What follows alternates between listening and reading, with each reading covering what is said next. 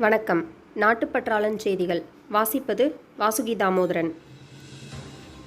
பேசினாலே நோய் தொற்று பரவுகிறது என்று மத்திய சுகாதார அமைச்சகம் வெளியிட்டுள்ள புதிய வழிகாட்டு நெறிமுறைகளில் எச்சரிக்கை விடப்பட்டுள்ளது.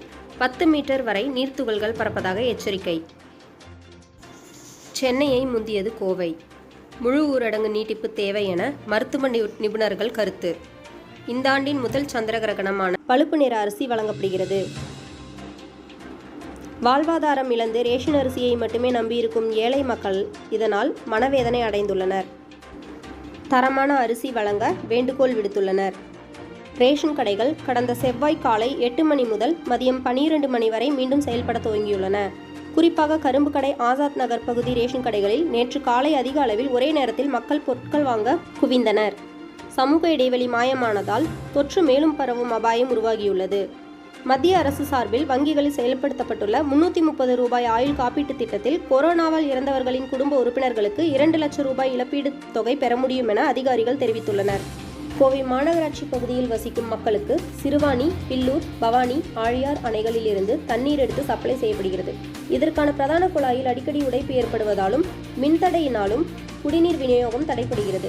இதன் காரணமாக மாநகராட்சியின் இதர பகுதிகளுக்கு 8 நாட்களுக்கு ஒரு முறையும் மற்ற பகுதியில் வசிப்போருக்கு 14 நாட்களுக்கு ஒரு முறையும் குடிநீர் வழங்கப்படுகிறது. தடுப்பூசி போடும்படி முதல்வர் கெஞ்சல். தடுப்பூசி போட யாரும் தயங்க வேண்டாம். 4212 நோயாளிகள் சிகிச்சை பெறுகின்றனர். 141 ICU படுக்கைகளில் 799 படுக்கைகள் நிரம்பிவிட்டன.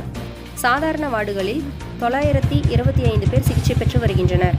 திண்டுக்கல் RM காலனி மின்மயானத்தில் கொரோனா நோயினால் இறந்தவர்களின் உடலை எரித்து அதன் புகை கட்டிடம் வழியாக சாலைகளில் செல்வதால் பொதுமக்கள் அவதி.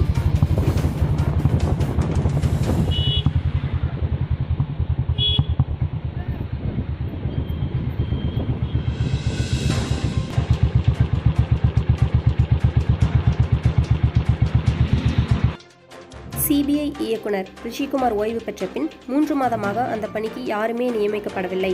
இந்நிலையில் CBIயின் புதிய இயக்குனராக சுபோத் குமார் ஜெய்ஸ்வால் நியமனம் செய்யப்பட்டுள்ளார். இவர் 2 ஆண்டுகள் பணியில் இருப்பார் என அறிவிக்கப்பட்டுள்ளது. மருத்துவமனையில் படுக்கை மற்றும் மருத்துவ வசதி குறைபாடுகள் இருந்தால் உடனே எனக்கு வாட்ஸ்அப் மூலம் தெரிவிக்குமாறு அமைச்சர் மாண்புமிகு மா. சுப்பிரமணியன் அவர்கள் தன் வாட்ஸ்அப் நம்பரை அறிவித்து வேண்டுகோள் விடுத்துள்ளார். வணக்கம்.